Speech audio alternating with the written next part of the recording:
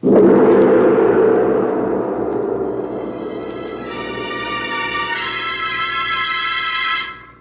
Sealed Book.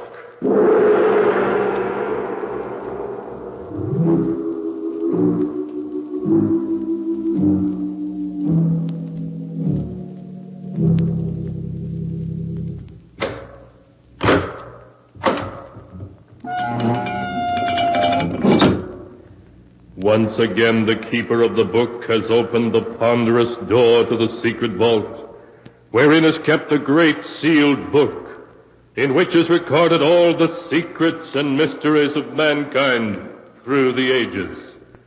Here are tales of every kind, tales of murder, of madness, of dark deeds strange and terrible beyond all belief. Keeper of the book, I would know what tale we tell this time. Open the great book and let us read. Slowly, the great book opens. One by one, the keeper of the book turns the pages and stops. Ah, the strange story of a man who committed the perfect murder, only to discover that every murder must be paid for. A tale titled Death Laughs Last.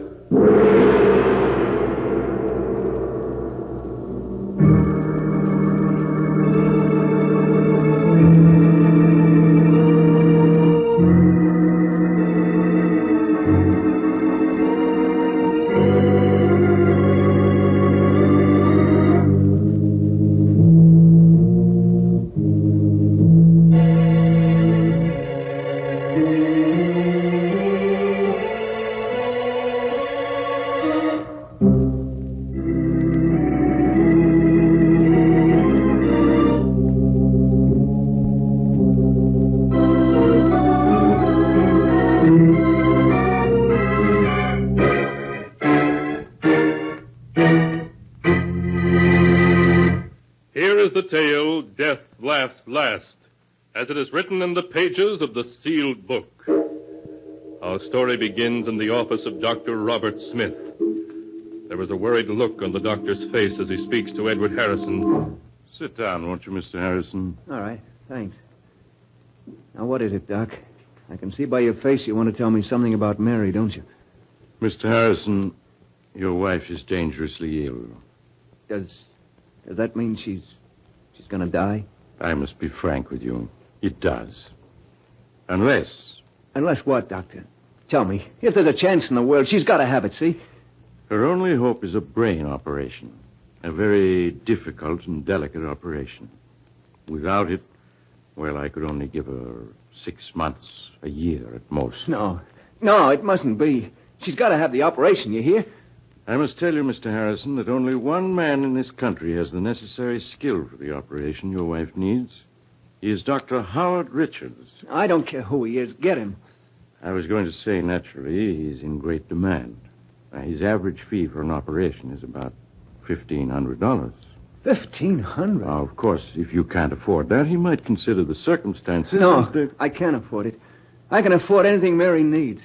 Then I'll get in touch with him at once. Yes, sure. You make the arrangements right away. I'll get a hold of the money. I'll get it to you by tomorrow, sure.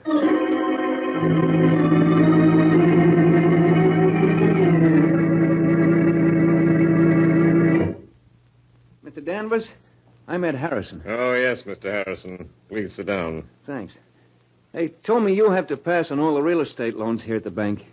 Have you looked over my application yet? I have it here. I see that you want to borrow $1,500 from us. That's right, and it's urgent. I got to have the money right away. Unfortunately, the security you offer, your home... What's wrong with it? It's a swell little house, good section, all in good repair. Well, that's true, but you already have a first and second mortgage on it, totaling $4,000, and... Well, I'm afraid we can't make any further loans on it. But I've got to have the money, Mr. Danvers. I've just got to. I'm sorry to hear that, because there's nothing we can do to help you. Nothing we can do.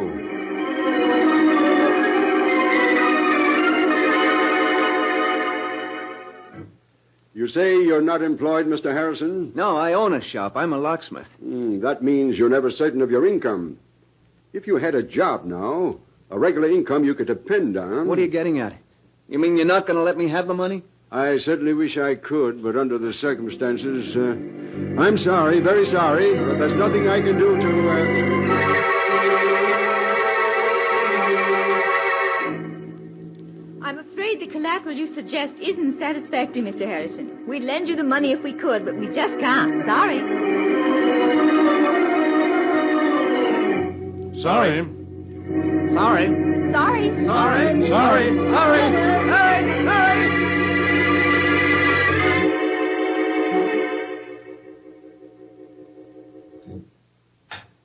Edward, you aren't eating, and you're so quiet. Is anything wrong? What? No, of course not. You're worrying about me, aren't you? Well, no, Mary. I just think about making some changes at the shop and... Darling, please, you don't have to lie to me. I know that I'm not well, but I'm going to get better. Really, I am. I promise it. Of course you are. Dr. Smith said so. You're going to be well in no time. Of course I am, dear. No, I got to go out. I have an appointment over the other side of the city with Horace Latimer. We grew up together. He wants to see me about something important.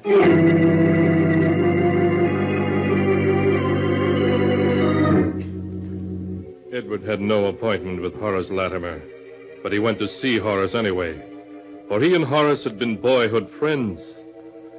Then their paths had separated. Horace had grown wealthy.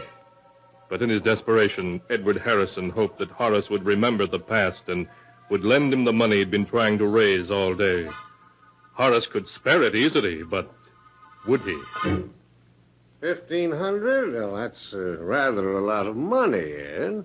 I know it is, Horace, but it's for Mary. For an operation. I've got to have it. Well, why don't you try the bank? You have a house, a business? I tried the bank and all the personal loan companies in town. They all turned me down. Said the security wasn't good enough. I see. Well, that's too bad. Now, you can bet I'd lend it to you, Ed, if I had it. Well, that's the trouble. I haven't any ready cash. The income tax, and a couple of shaky investments that I had to bolster up lately. All right, Horace. Never mind explaining. I get the idea. You're not going to lend me the money. Well, really, Ed, I would if I could, but I can't. I'm sorry. Save your sorrow for somebody else. I don't need your money, you hear? I'll get it someplace else. Yes, I'll get it. Somehow.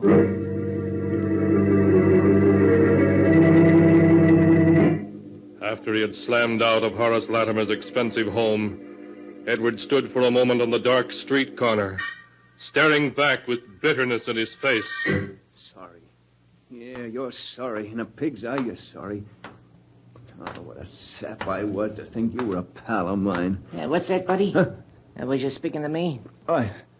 Oh, no, sorry. I guess I was thinking out loud. That's okay. We all do it sometimes. Hey, you got a match? Match? What? Yeah, sure. Yeah. Thanks. Okay, just hold it like that. Make a move and I plug you. Gun? Well, you're... Yeah, this is a stick-up. Hand over your dough and make it fast, see? My dough? That's a hot one. I'm out trying to raise money myself. Now we're both out of luck. I've only got $1 on me. Take it if you want it. Anyway, it's more than I could raise. Don't try to kid me. Anybody who lives in this ritzy suburb has dough on him. Stand still while I see what you got in your pockets. A wallet and a leather case of some kind. You'll find just $1 in that wallet. And I don't live in this neighborhood. I came here to try to borrow some money from a friend. $1. One measly $1. What a lousy break. But I bet you got a roll hidden in this leather case. It's heavy enough. You'll lose your bet. There's nothing in there but my emergency kit. Yeah? Well, I'll just see for myself. Hey, this kit's full of skeleton keys and picklocks and stuff. What are you, anyway, a second-story waker? I'm a locksmith and safe repairman, if it's anything to you. Oh. Were you on the level just now when you said you was trying to raise dough? What's it to you? Yeah, you'd be surprised, pal. Okay, I'm putting the gun away, but you ain't leaving yet. Me and you, we're going to talk business.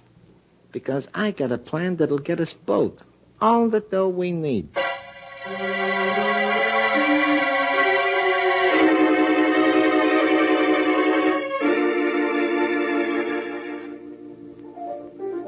Two more beers, waiter. Well, is the deal on my proposition? I don't know, Mike. Sure you do. There's nothing to it. You can open locks and safes. I know where there's a house with plenty of dough in it. But burglary? I've never stolen anything in my life. Now, listen, you said you needed dough bad, didn't you? And so do I, plenty bad. But all you gotta do is get the back door open and then the safe. In half an hour, you'll have your 1,500 and more. How else you ever gonna get it? Answer me that. I don't know. You sure the money's there, Mike? Positive. I was casing the joint and looked in the window in time to see the old geezer put a whole roll of bills in a safe that's no stronger than a bread box. Hey, you can open it with your teeth. Gotta get the money somehow. All right. I'll do it.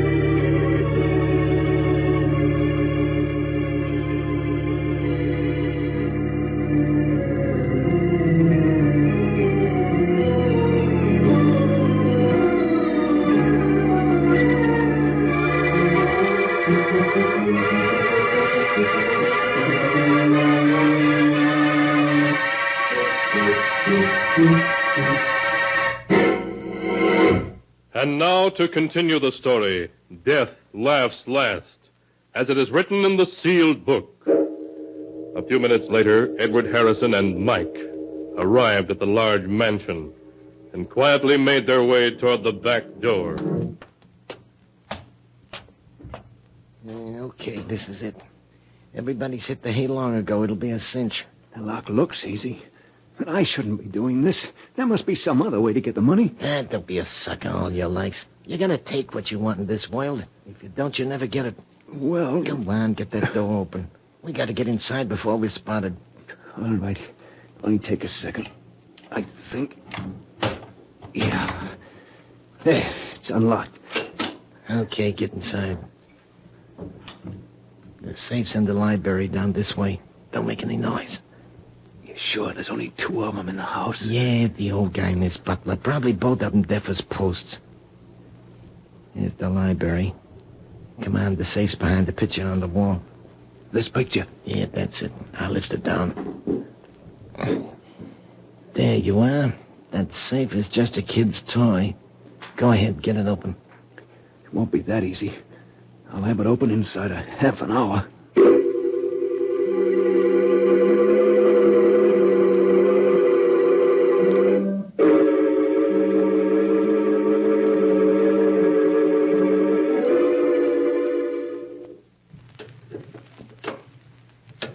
Hurry it up. You've been 40 minutes on that thing.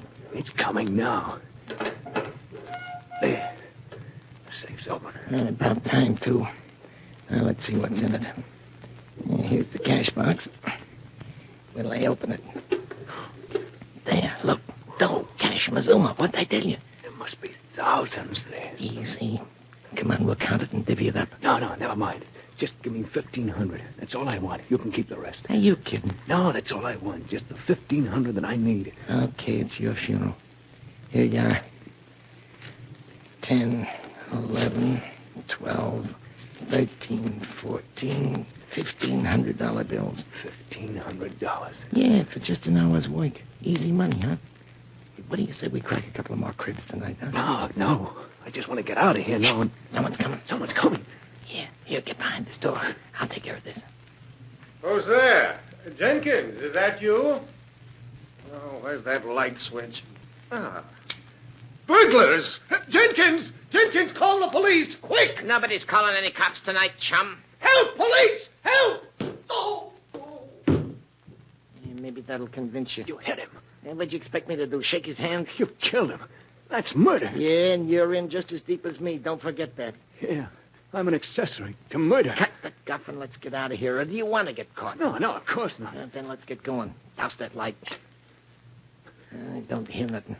Come on, we'll get out the way we come in. But suppose we are caught. Murder. They'll hang us. Hey, we ain't gonna get caught. We haven't left a clue, not even a fingerprint. Stand still, both of you. I have a gun and I have you covered. The butler. If you move, I'll shoot. I can see you perfectly. Standing on the stairs, he's got a gun. We're caught. Not yet. We ain't not by an old scarecrow with a rusty horse pistol. Put up your hands. I'm going to call the police. You've done something to the master. I heard him call. Okay. We'll put up our hands like this. Mike, you shot him. Come on. We gotta get out of here in a hurry. Them shots will bring the cops, but fast.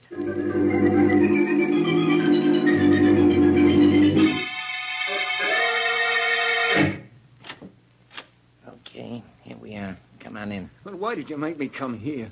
Why can't I go home? You heard me. Come on in. What? That's better. Now, take off your hat and stay a while. Why did you make me come here to your room? 2 reasons. The first is I want to make sure you know what it'll mean if you let anything slip. It'll mean a rope around your neck. Get me? Yeah, I know. You don't have to tell me. I won't let anything slip. If I thought you might, I'd slit your gullet right now. I won't. I have to live.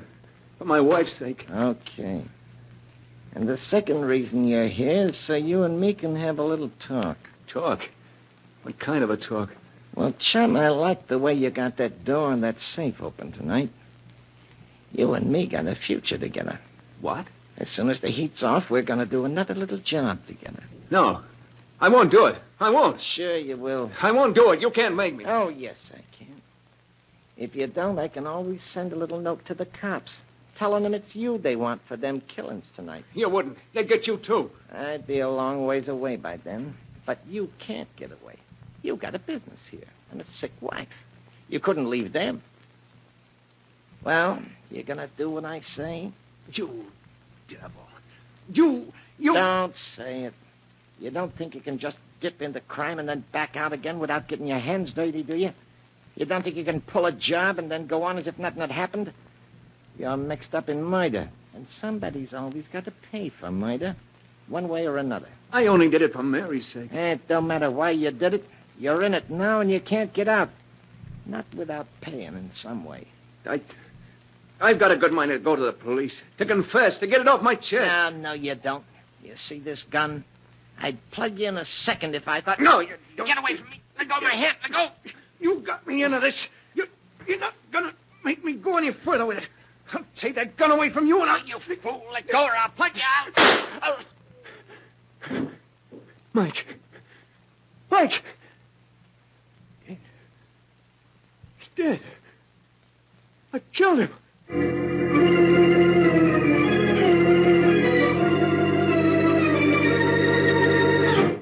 In a daze of horror, Edward Harrison found his hat and made his way to the street.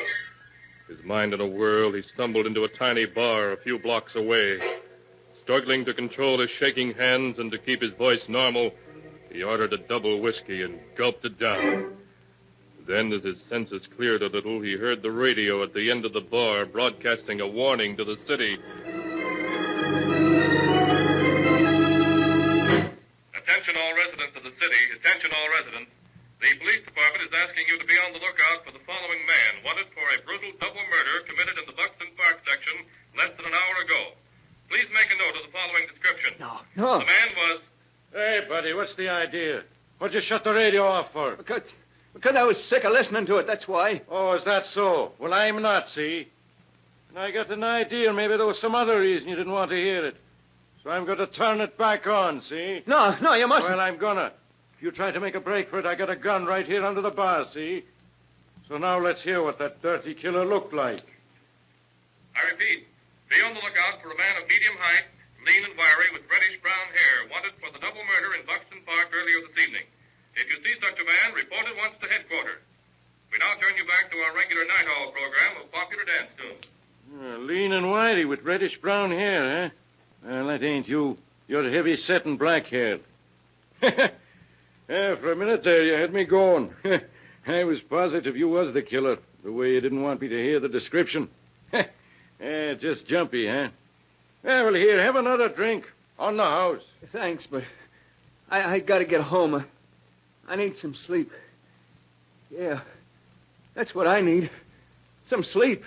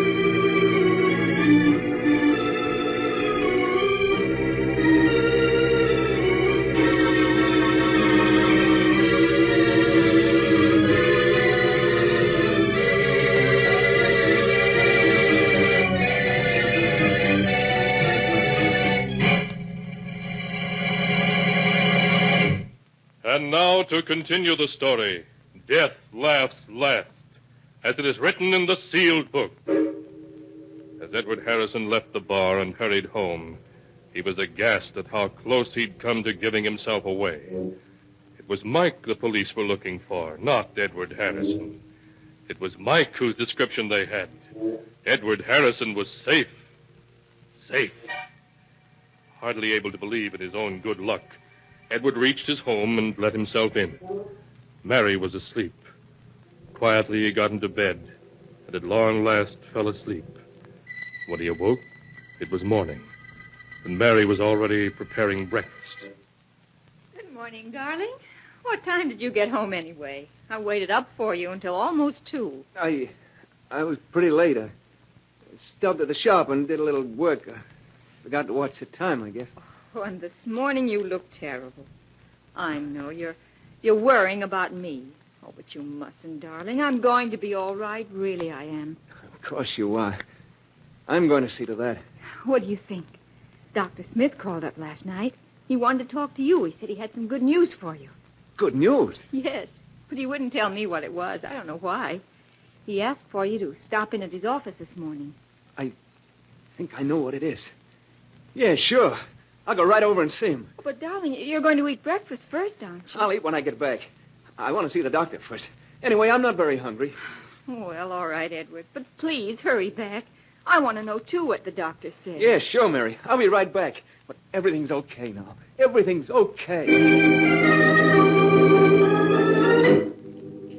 After he left the house, Edward bought a morning paper. Big headlines told of the murders the night before, but he scarcely saw them. His eyes hurried through the story until he found what he was looking for.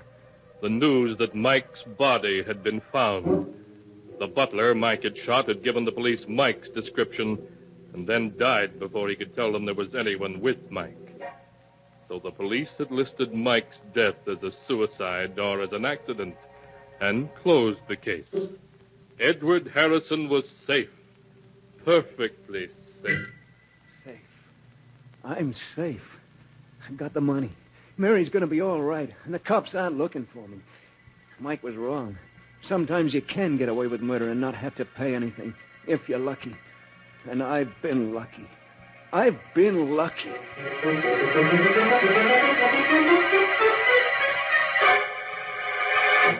Good morning, Doctor. Mary said you'd phoned and had some good news. Oh, yes, Mr. Harrison. I called you last night after I got in touch with Dr. Richards.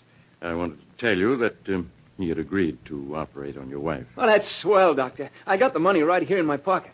The money, yes. I was also going to tell you that Dr. Richards had said not to worry about it. You could take as long as you wanted to pay it. As long as I wanted? Then it wasn't necessary. I didn't have to do it. I didn't have to do it. Well, I'm afraid I don't understand. Never mind, Doc. I mean, I've got the money. I want to pay it. He's got to take it right away. Well, what's the matter? What are you looking at me like that for? The operation is going to save Mary's life, isn't it? You said it would. You can't go back on your word. You can't, do you hear? It's not that, Mr. Harrison. Yes, the operation would save your wife's life. But unfortunately, Dr. Richards was the only man in this country able to perform it. Well, so what? He said he'd do it, didn't he? And I've raised the dough to pay it. So what's the hitch? Mr. Harrison, Dr. Richards can't perform the operation now. But you said that... Yes, I know. But he was tragically murdered last night by a burglar who broke into his home in Buxton Park.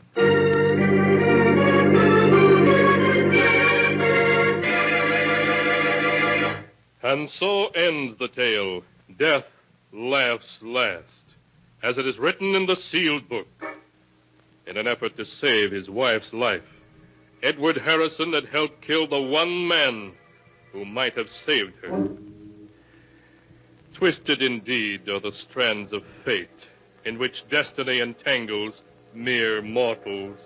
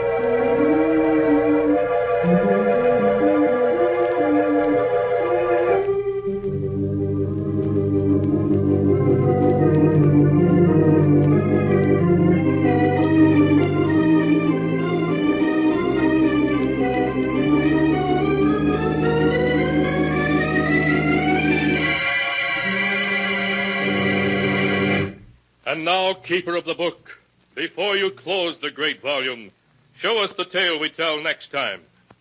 This one? Ah, yes. The tale of a man who was murdered by his wife and her brother, and the strange way he rose from a watery grave to accuse them of his death. The tale is titled, You Only Die Once.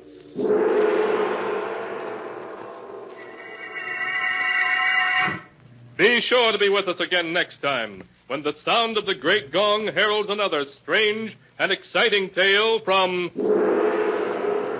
The Sealed Book. The Sealed Book, produced and directed by Jock MacGregor, is written by Bob Arthur and David Cogan.